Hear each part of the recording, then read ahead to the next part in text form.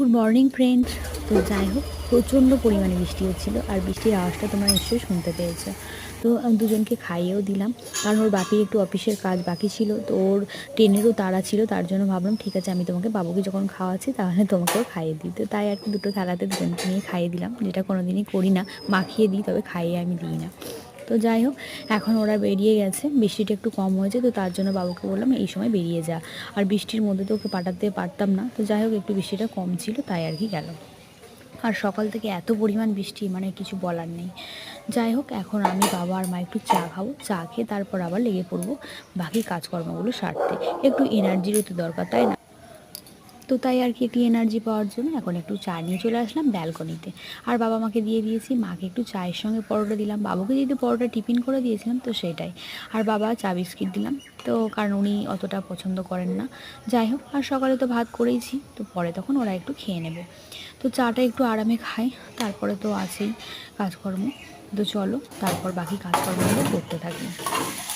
মানুষের নাকি বয়সের সঙ্গে সঙ্গে বুদ্ধির বিকাশ হয়, তবে কিছু কিছু মানুষের বুদ্ধির বিকাশটা হয়তো হয় না। তার মধ্যে হয়তো আমিও কেউ, কারণ আমারও অনেক বুদ্ধির অভাব আছে, আরও অনেক কিছু শিক্ষার অভাব আমার আছে, যেটা আমি হয়তো মাঝে মাঝে কোনো কোনো ক্ষেত্রে রিয়েলাইজ করেছি। তো যাই হোক, কোনো কোনো মানে সময় মানুষ হয়তো হঠকারীভাবে কোনো সিদ্ধান্ত নেয়, কিন্তু এটা হয়তো ঠিক না।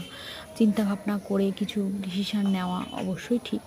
যাই হোক, সেজন্যই ভাবি এখনও অনেক কিছু শেখার আছে, তাই না? মানুষ তো মানে মৃত্যুর আগে পর্যন্ত শিক্ষা পায়, তো সেই রকম। তো যাই হোক, কিছু একটা হয়েছে তার জন্যই আমি এই কথাগুলো বললাম।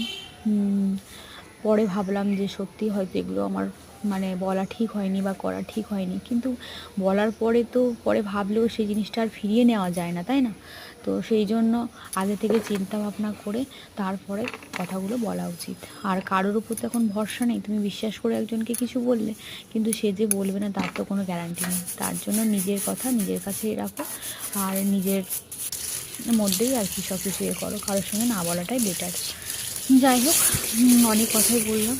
আর এখন বাকি রয়েছে স্নানটা, সমস্ত কাজকর্ম করে নিয়েছি। আর এই তুলসী গাছটা ছিল উপরে, তো আজ নিয়ে চলে এসেছি, কারণ প্রচণ্ড বৃষ্টি হচ্ছে। তার জন্য ভাবলাম এখন ব্যালকনিতেই রাখবো, একটু রোদের জন্য উপরে রেখে এসেছিলাম, তো বৃষ্টির জন্য আবার ওকে নিচে মানে তুলসী গাছটা নিচে নিয়ে চলে এসেছি। তো চলো টাটা, এখানে ভিডিওটা শেষ করি, আর বাকি